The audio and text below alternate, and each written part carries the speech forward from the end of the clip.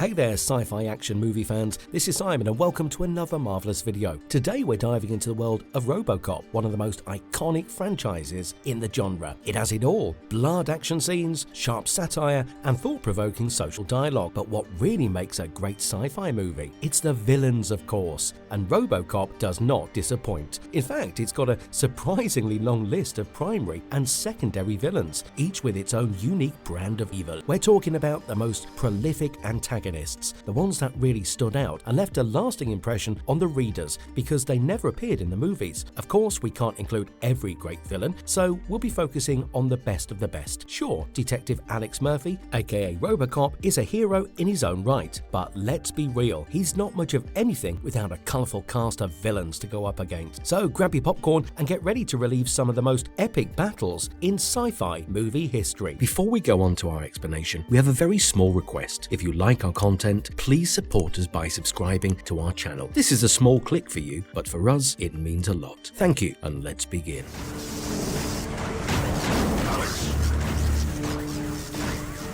RoboCable. In an attempt to attack the CEO of OCP, a vicious robot named RoboCable was unleashed, which Sarah mistakenly identified as Robocop and ordered to be terminated. Following the green signal, Sarah sent RoboCable on a mission to destroy Robocop, who was labeled armed and dangerous on MediaNet. In a thrilling showdown, Robocop narrowly managed to escape in order to avoid harming any innocent bystanders in the area. Despite his close brush with death, Robocop's troubles were far from over. RoboCable, accompanied by the system support strike team, was sent to apprehend him. In a surprising turn of events, Robocop managed to convince Cable to join forces with him, and they were both being hunted by OCP in favor of Saint. However, Cable's program was tampered with by David Kadick, a former OCP research scientist wanted for crimes against the company. Cable was forced into Kadick's service, and the latter used him to trap Robocop and his allies. Kadick planned to kidnap his own daughter, Jordan, who carried a deadly virus called Legion. In an effort to stop him and save Jordan, Robocop and Cable engaged in a fierce battle, but they were interrupted by system support. After a brief ceasefire, Cable was ordered to leave by Kadick to assist him in evading OCP headquarters. Together with Kadick and Jordan, Cable stormed the building in downtown Delta City with the goal of uploading Legion into the program. The trio captured Sarah Cable to gain access to the servers, while Kadick attempted to reprogram Saint. However, Cable and Murphy were forced to confront each other for one last time. In the end, Cable sacrificed himself to destroy Saint with an EMP after disabling Murphy and uploading a shutdown command and video into his memory as a final goodbye. Cable also deleted all traces of the prime directives from Murphy's operating system and disabled the Robocop program as a final gift to his former partner. Murphy awoke as Alex Murphy instead of Robocop, marking the end of a thrilling and action-packed adventure. The destruction of Saint resulted in the shutdown of all computer power systems in Delta City, which marked the beginning of an era.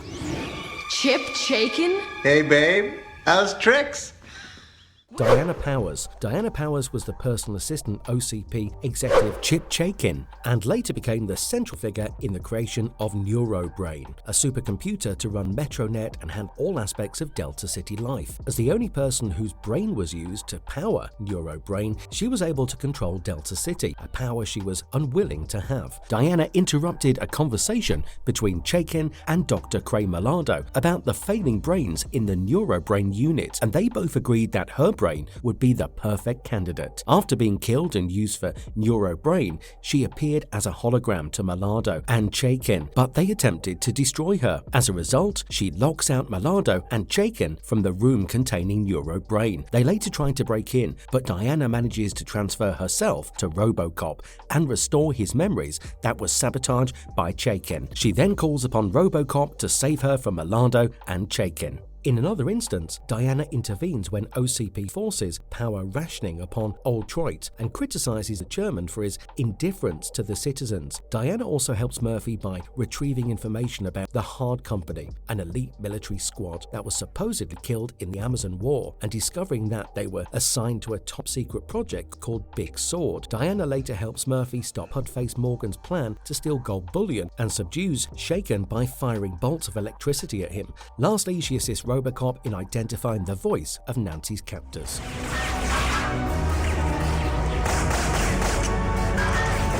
Bone Machine. Bone Machine was a former police officer who had worked alongside Murphy and Cable in the same precinct. He had access to an array of powerful weapons supplied by Sarah Cable, who was part of a top-secret OCP project at Security Concepts. With an intimidating aura, the Bone Machine flaunts its advanced features, including bullet-resistant armor adorned with a skull-shaped mask that rests on its helmet. The helmet boasts a laser pointer, which enhances the accuracy of its targeting. However, the most remarkable aspect of the Bone Machine's arsenal is its 4 quadra guns. These weapons are versatile, as they function both as machine guns and rocket launchers, providing the Bone Machine with an upper hand in combat situations. During one of his missions, RoboCop came across a video of Bone Machine and discovered an OCP logo on one of the cables. He immediately brought this information to John Cable. In the ultimate showdown, Bone Machine found himself pitted against both RoboCop and John T. Cable. As per his programming, RoboCop had no choice but to eliminate Cable, a decision that left him feeling a deep sense of sorrow and wrath. In his fury, RoboCop charged at Bone Machine, unleashing a barrage of gunfire that sent the villain crashing to the ground. Disorientated and without his skull mask, which had been blown off by RoboCop, Bone Machine found himself pinned down by the cyborg. With his final breath, Bone Machine drew his backup weapon and aimed it at RoboCop's face. Meanwhile, RoboCop drew his data spike and, looking down at Bone Machine, recognized him as Officer Albert Bixler. This realization only served to incense him further. Bone Machine asked if RoboCop knew him, to which RoboCop responded negatively. In a last-ditch effort, Bone Machine shot RoboCop in the head, but the cyborg continued to stab him relentlessly until he met his demise. Bloodied but victorious, RoboCop leaned back triumphant. You are too late. RoboCop! The Scrambler. The Scrambler made his first appearance in Metro's South Prison, where he watched the old man's interview in the cafeteria. He hurled his meal at the television screen, declaring the old man a liar and vowing to kill him and bring down OCP. Later, he managed to uncover RoboCop's password, which Dr. Tyler had programmed to be perfect, allowing him to manipulate the cyborg for his own purposes. With RoboCop under his control, the Scrambler orchestrated a bank heist and then proceeded to order him to destroy all OCP facilities. RoboCop, under the Scrambler's control, began his destructive rampage, first taking out the OCP research park and an unfinished building. He then set his sights on another facility, but was confronted by Lieutenant Hedgecock, who was dispatched by Dr. Tyler to stop him. However, the Scrambler managed to override Tyler's shutdown command, allowing RoboCop to continue his mission to kill the old man. After a fierce battle, RoboCop finally reached the old man, who had been incapacitated by Lieutenant Hedgecock. Just as he was about to take the old man's life, Anne Lewis appeared and on the scene and urged him to follow his prime directives. The Scrambler attempted to order RoboCop not to listen to his partner, but a power surge caused by the struggle caused RoboCop to break free from the Scrambler's control and collapse to the ground. With RoboCop back to his old self, he promptly apprehended the Scrambler, who was attempting to flee. Dr. Tyler was then contacted by the old man, who ordered her to change RoboCop's password to prevent any future manipulation attempts. Finally, the Scrambler was brought to justice and locked behind bars, putting an end to his reign of terror. But one of these days, the Ed 260 series is going to have its revenge on the... Dr. McNamara. In the world of OCP, Dr. McNamara was a cyborg with his prosthetic arms and possibly prosthetic eyes. But his questionable ethics were far more noticeable than his cybernetic enhancements. Despite displaying a front of obsequiousness to the OCP chairman and board of directors, McNamara was a bitter and petty man when away from their watchful eyes and ears. As the creator of ED-260, McNamara had a deep-seated grudge against RoboCop.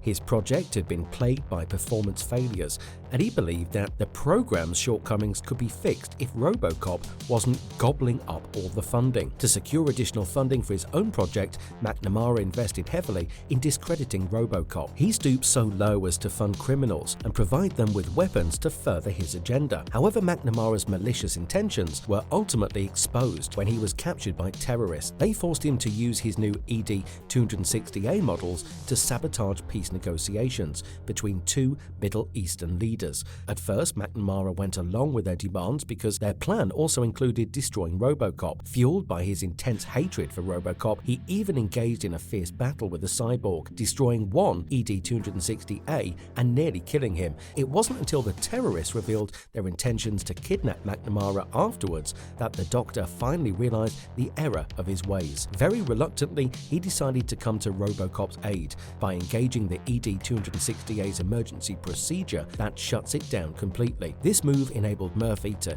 capture the people who were creating havoc and rescue McNamara. Fortunately, McNamara was cleared of any wrongdoing, as he could honestly claim that this scenario wasn't his idea. Going somewhere. The Vandals.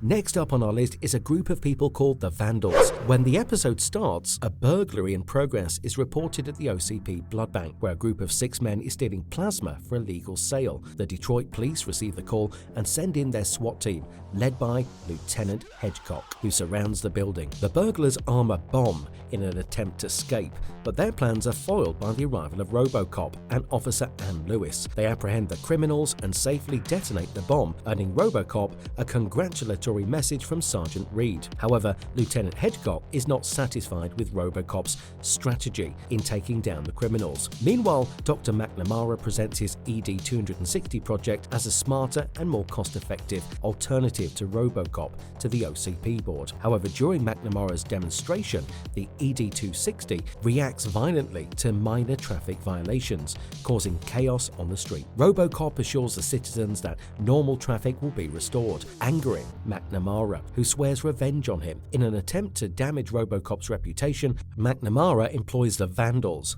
a notorious gang, to go on a citywide crime spree. While RoboCop is being reprogrammed by Dr. Tyler, Officer Lewis objects to the process, accusing Tyler of trying to remove RoboCop's humanity. Despite this, Sergeant Reed orders RoboCop to respond to a crime in progress call. The Vandals continue their crime spree and rob the Metro South shopping center. When RoboCop and Lewis confront them, they are overpowered, and RoboCop sustains critical damage. McNamara uses this incident to persuade the old man to deactivate RoboCop by the end of the day, as the Vandals plan to raid the Federal Reserve Gold Depository. RoboCop's repairs are completed, and he sets out to stop them, despite Dr. Tyler's protests. When they arrive at the depository, the Vandals crash through the gates with a bulldozer, and RoboCop and Lewis confront them. During the fight, Lewis is taken hostage, but RoboCop manages to incapacitate the gang and take them into custody. The successful takedown of the Vandals convinces the old man to reconsider deactivating RoboCop,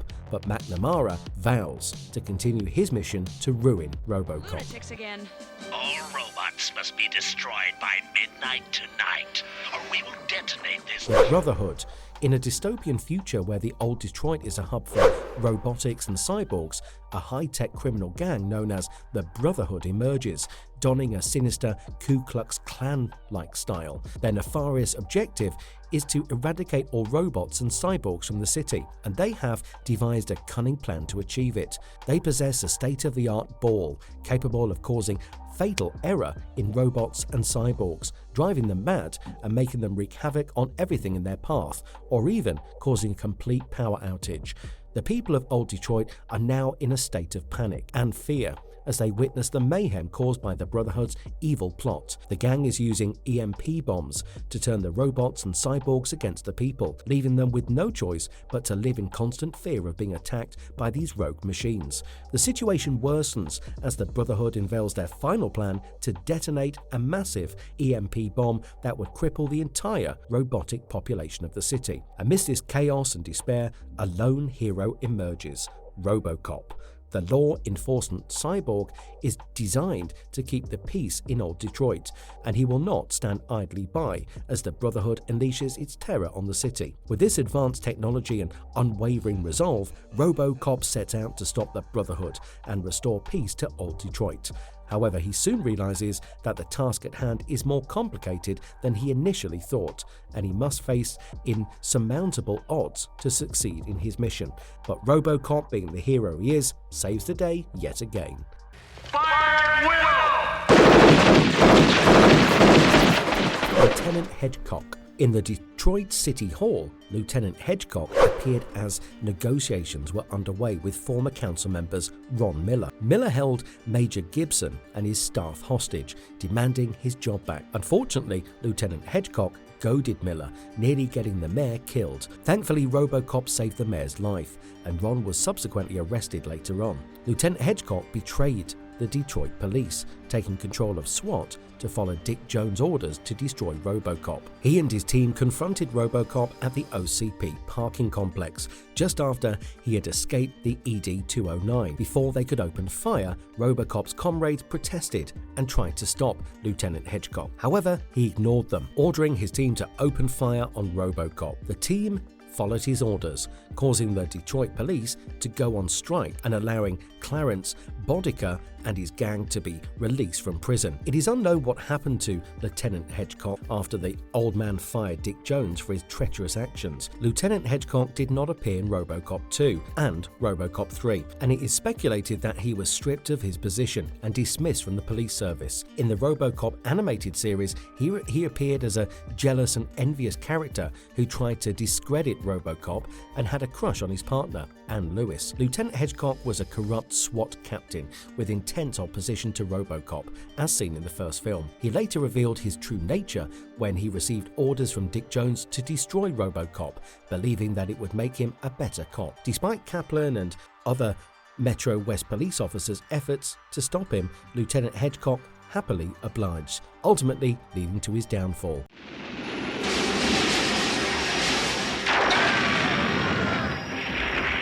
Project Death Spore, a menacing creation called Death Spore, designed by OCP, which is on the loose, has started draining Detroit's power source, possesses a threat to any nation that does not comply with OCP's demands, and it has the ability to bring any country to its knees by sapping its power sources. Agent Lewis and RoboCop are tasked with stopping this dangerous robot, but their efforts are thwarted by Lieutenant Hedgecock, who orders them to cease their pursuit. RoboCop, who has been unwell due to his human parts being susceptible to disease, sneezes bolts of lightning, surprising everyone. He goes to headquarters to find out more about Death Spore and learns that it was created by Dr. Hygeri, who accidentally left it unsupervised, and now it's too big to contain. Old Man demands that Hygeri destroys the robot, but the doctor hesitates due to the OCP's investment in the project. Meanwhile, RoboCop is getting a checkup and is told that his mechanical parts are working fine, but his human parts have caught a cold. Since there is no cure for the common cold, he sneezes lightning bolts that destroy nearby equipment. RoboCop jokes that he'll take 2 aspirins and call the doctor in the morning before setting out to catch Death Spore. As Death Spore continues to drain power sources and evade capture, Hygeri proposes a plan to capture it, but the first 2 attempts fail. RoboCop ultimately battles Death Spore with his guns and sneezes, but Death Spore catches hold of him and begins draining his power. He is taken to the lab by Lewis, where his doctor scolds him for being at an all-time low energy and suffering severe mechanical damage. Lewis brings him a bowl of hot chicken noodle soup, which RoboCop relishes. As the nuclear fusion plant is about to be integrated, opinions are divided. The old man assures everyone that it will provide clean energy, but Death Spore targets it and terrorizes the city. RoboCop comes to the rescue and tries to absorb the nuclear core as the only way to stop Death Spore. Despite going into energy overload, RoboCop succeeds in defeating Death Spore. And that's a wrap on our journey through the world of RoboCop and its villains. We hope you like this video, not just in your heart, but also by pressing on the like and subscribe button down below. Until the next video, bye bye. And as always, thank you for watching our videos. Thank you.